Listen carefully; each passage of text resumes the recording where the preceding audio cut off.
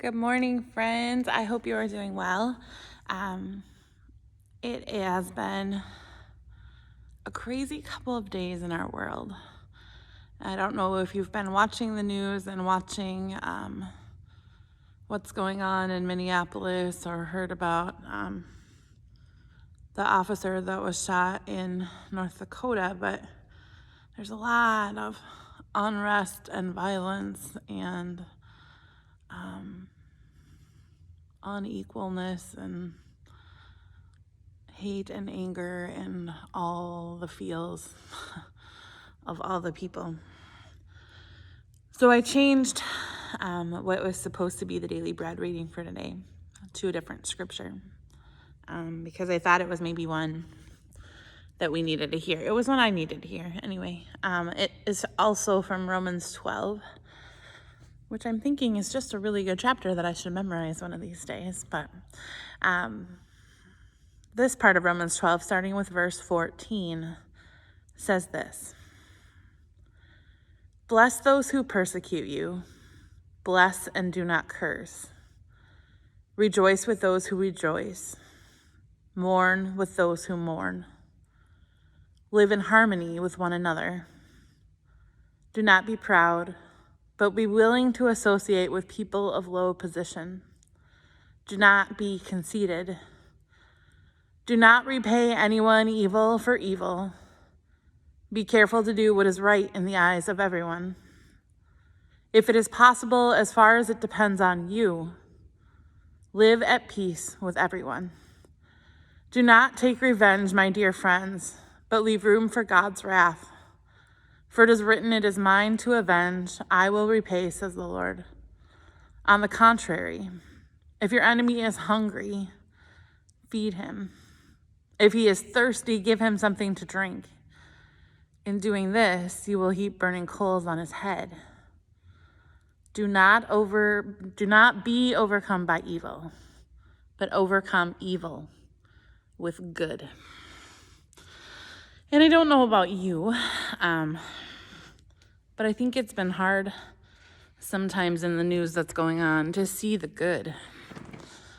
And this morning, I went on Facebook, which is frequently how I start my day, and a fellow clergy woman was making her first Facebook Live video and walking us around her church's neighborhood.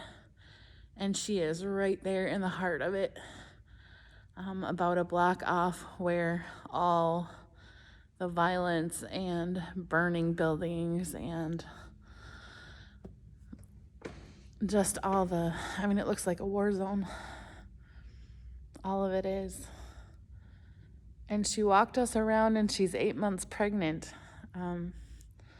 And as she was walking us through this just death and destruction and chaos, every single person that she greeted on the street, she greeted with a friendly hello. And at the end, she completely fell apart.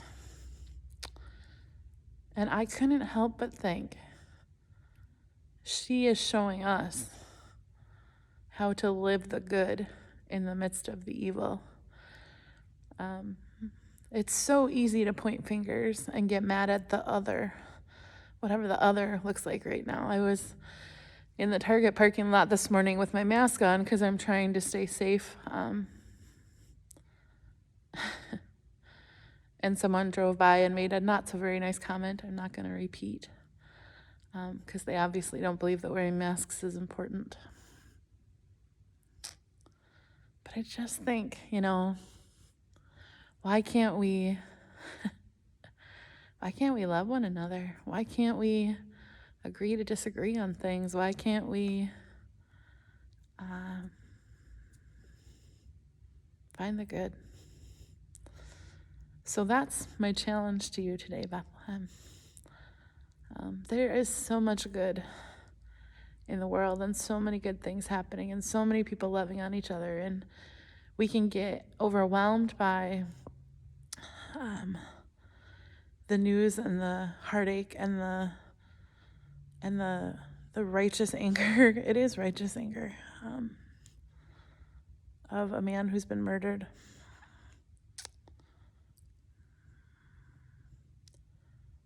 Or we can love one another. So that's my challenge to you. It's Friday. Thank God. That means Sunday is coming. So how today can you look around at the world you're in and make it a better place? How can you find the hope and the joy that we've been given?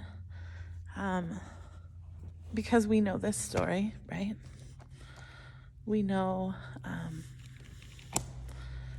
how loved we are.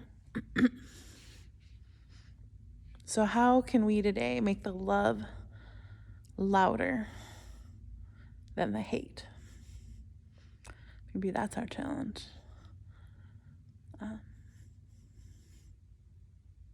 Maybe that's our way to be in the world right now.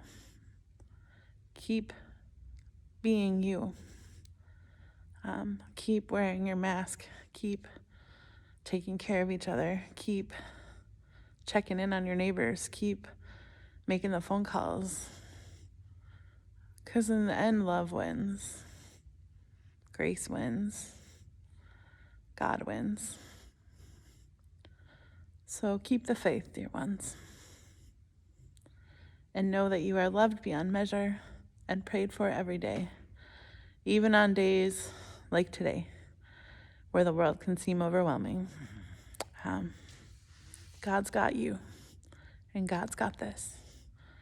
Take care, beloved. I will see you Sunday.